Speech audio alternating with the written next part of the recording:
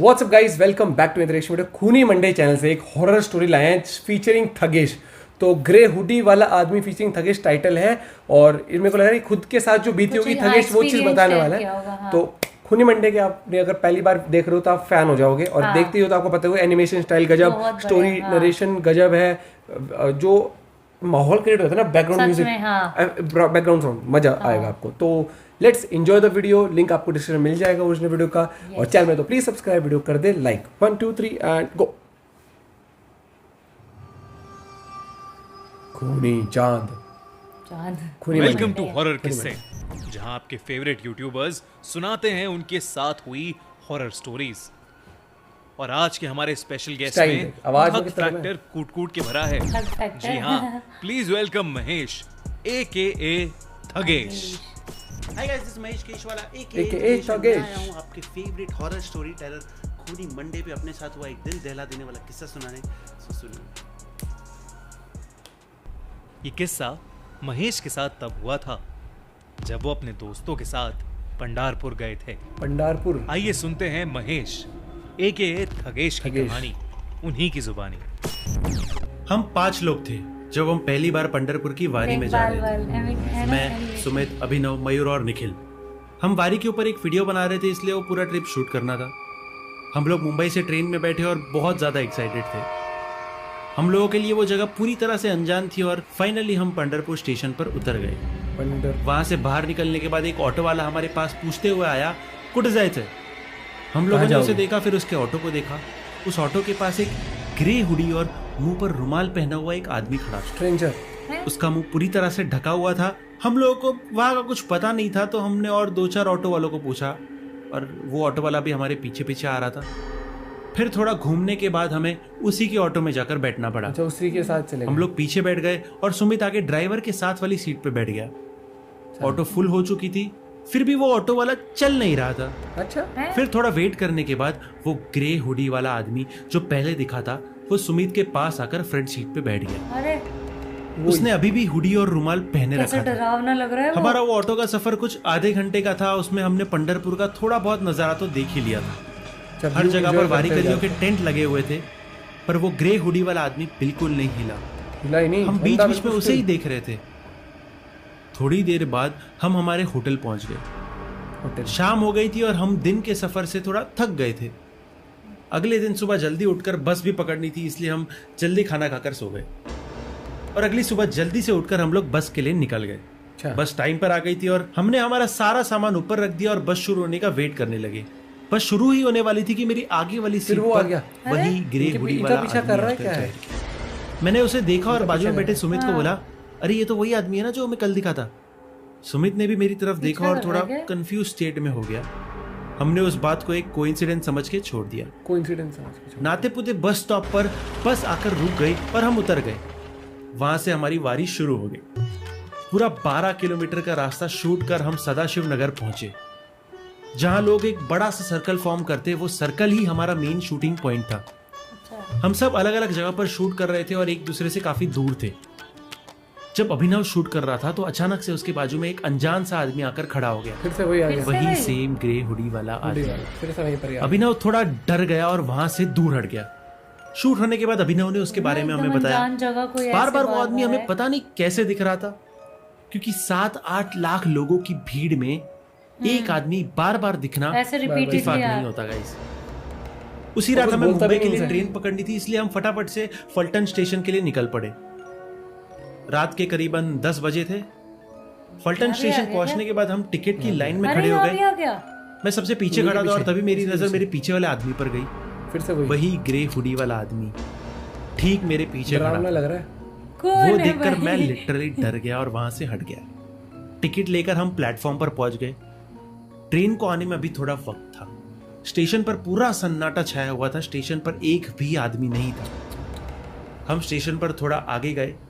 वहां एक बेंच पर हमने हमारे सारे बैग्स रख दिए और उस आदमी के बारे में सोचने लगे। वो चोर, गुंडा, खूनी कोई भी हो सकता है। सुनसान सड़क पर हम सिर्फ 5 लोग थे।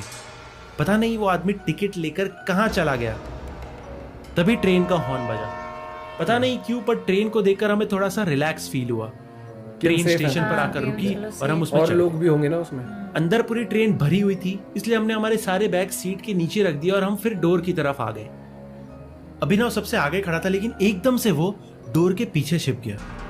उसके बाद सुमित वहां पर गया और उसने जो देखा उससे वो बहुत ज्यादा डर गया। जी हाँ, वही ग्रे हुडी वाला आदमी ठीक डोर के सामने खड़े रहकर हमें घूर रहा था। वहीं से देख रहा है। अभिनव ने तुरंत ही डोर बंद कर दिया और ट्रेन भी शुरू हो गई। हम सारे तभी एक्चुअली बहुत डर गए थे। वो चोर वगैरह नहीं है ऐसा सोचकर हम और डरने लगे। थोड़ी देर तक हम सब शांत खड़े रहे, फिर थोड़ा आगे आने के बाद अभिनव और सुमित डोर पे खड़े थे। मयूर और निखिल सामने वाले डोर पे बैठे थे और मैं पैसेज के गैप में सपोर्ट लेकर खड़ा होकर विंडो के बाहर देख रहा था।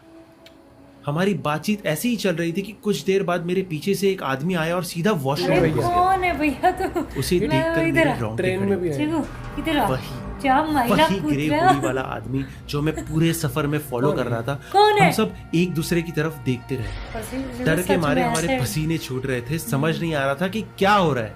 क्या है? एक आदमी एक ही हुडी पहनकर हमें अलग अलग जगहों पर कैसे दिख सकता है? अब मैं ये तो समझ गया था कि ये कोई कोइंसिडेंस नहीं हो सकता।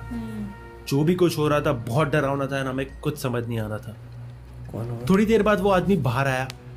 मुझे उसे देखना था, लेकिन हमारी उसकी तरफ देखने की ठीक से हिम्मत भी नहीं हो रही थी। हमें लगा ये अंदर चले जाएगा, लेकिन वो आदमी ठीक हमारे पास आकर खड़ा हो गया। अच्छा, ये इनको छोड़ हम नहीं सिर्फ रहा। डोर के पास देख रहे थे। डर के मारे मेरे पसीने छूट रहे थे कि अब ये क्या करेगा।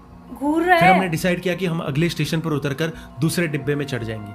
अच्छा, नेक्स्ट स्टेशन आया और हमने डिब्बा चेंज कर लिया। अच्छा, इसमें ऐसे अंदर से हम नहीं लोग जा उस सकते? दूसरे डिब्बे में बैठकर बस यही सोच रहे थे कि आखिरकार वो आदमी कौन था। हम जितना उस आदमी के बारे में सोच रहे थे, हमें उतना ही डर लगने लग रहा था। सफर लंबा था, इसलिए कुछ ही देर में हम सबकी आंख लग गई, लेकिन कुछ ही पल में मेरी आंख एक अजीब सी आवाज से खुली।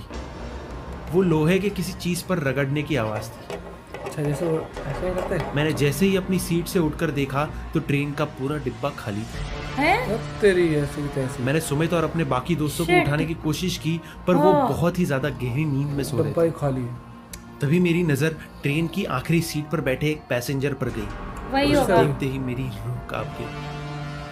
वही ट्रेन होगा की आखिरी पक्का। सीट पर सारे और कोई बंदे खा नहीं गया? बल्कि वही ग्रे हुडी वाला आदमी बैठा था। सारे बंदे खा गए और कि वो अजीब सी आवाज उसी के पास से आ रही थी।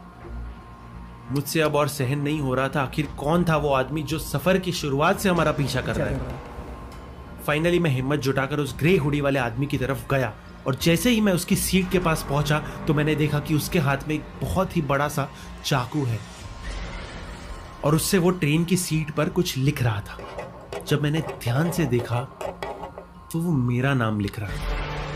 वो देखकर मैं सुन पड़ गया। मैं चुपचाप वहां से पीछे होने लगा कि तभी मेरा पैर ट्रेन के फर्श पर पड़े एक चिप्स के पैकेट पर आया, और उस आवाज से वो हुडी वाला आदमी तेजी से पलटा। उसके सर से हुडी उतर गए और उसके चेहरे पर अब कोई भी कपड़ा नहीं था।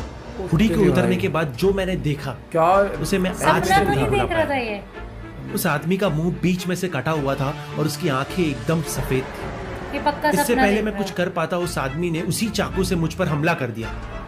उसी समय मुझे अचानक सुमित की आवाज आई, जैसे वो मुझे पुकार रहा हो। तभी मेरी नींद में आंख था। खुली और ट्रेन सुमित में मुझे नींद हिलाकर में उठा रहा था। उसने मुझे बताया कि हमारा स्टेशन आ गया है। हड़बड़ाहट में मेरे मुंह से सबसे पहली चीज यही निकली, वो ग्रे हुडी वाला आदमी का है। सुमित ने जवाब दिया कि वो आदमी दोबारा वापस नहीं आया। मुझे समझ आ गया कि मैं कोई बुरा सपना देख रहा था। वो आए नहीं, लेकिन उस माइंड दिन में के बाद चलने से लगी वो वो ग्रे हुडी वाला आदमी आज तक मुझे कभी नहीं दिखा। दोस्तों, आपको क्या लगता है कौन था वो आदमी और बार बार हमें क्यों दिख रहा था? हाँ, लेकिन देखिए और ऐसे क्या मैं सिर्फ एक सपना देख रहा था या वो कुछ और ही था? सो गाइस, ये थी मेरी हॉरर स्टोरी। वीडियो पसंद आया तो लाइक करना एंड खूनी मंडे के चैनल को सब्सक्राइब करना अभी के अभी। एंड मेरी हॉरर स्टोरी आप स्पॉटिफाई पर भी सुन सकते हो मेरी खुद की आवाज में, only on the horror show by Khooni Monday.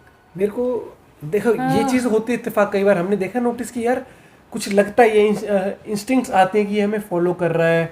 ऐसी चीजें होती लेकिन है। ये देखना उसमें से कि 8 लाख लोगों के मतलब कितने लाख बोलते ना, शायद 8 लाख ऐसे कुछ लोगों में वो घूम फिर के एक ही बंदा आ रहा है बार बार आसपास। हमें तो जहाँ पर भी ट्रैवल कर रहे हो वही दिख रहा है, और फिर लास्ट में तो वो सपना था।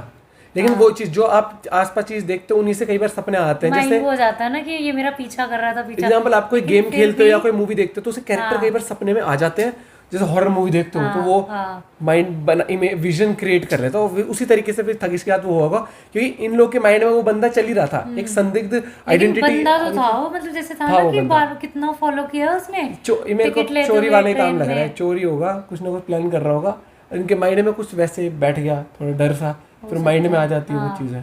लेकिन उतरते ही वो मास्क वाला देख, ऑटो वाले ने भी उसको बैठाया, अगर वो चोर था, और अगले दिन बस में मतलब हर जगह मिला वो। तो कुछ चीज़ों का हम जस्टिफिकेशन करने की कोशिश भी करते हैं, वो नहीं हो पाती है रियल लाइफ में। लेकिन अब ये नहीं कह रहा मैं कि भूत होते हैं नहीं होते, लेकिन कुछ चीज़ें ना आपको डाउट में डाल देती हैं हमेशा, और उससे आपको फिर ऐसा लगता है यार क्या भूत होते हैं क्या नहीं होते, वो थोड़ा सा एक सस्पेंस होता है। बाकी बताने का तरीका थगेश भाई का बहुत इंटरेस्टिंग था, और बैकग्राउंड साउंड एनिमेशन लाजवाब ऑन पॉइंट। मतलब कोई पहली बार ऐसे देखा इसमें, और फिर मेरी आंखें खुली, मतलब थगेश का ये वाला स्टाइल मैंने पहली बार देखा है। नॉर्मली व्हाट्स अप गाइस थोड़ा सा वैसा रहता है, जॉली एकदम मस्ती मजाक वैसे रहता है।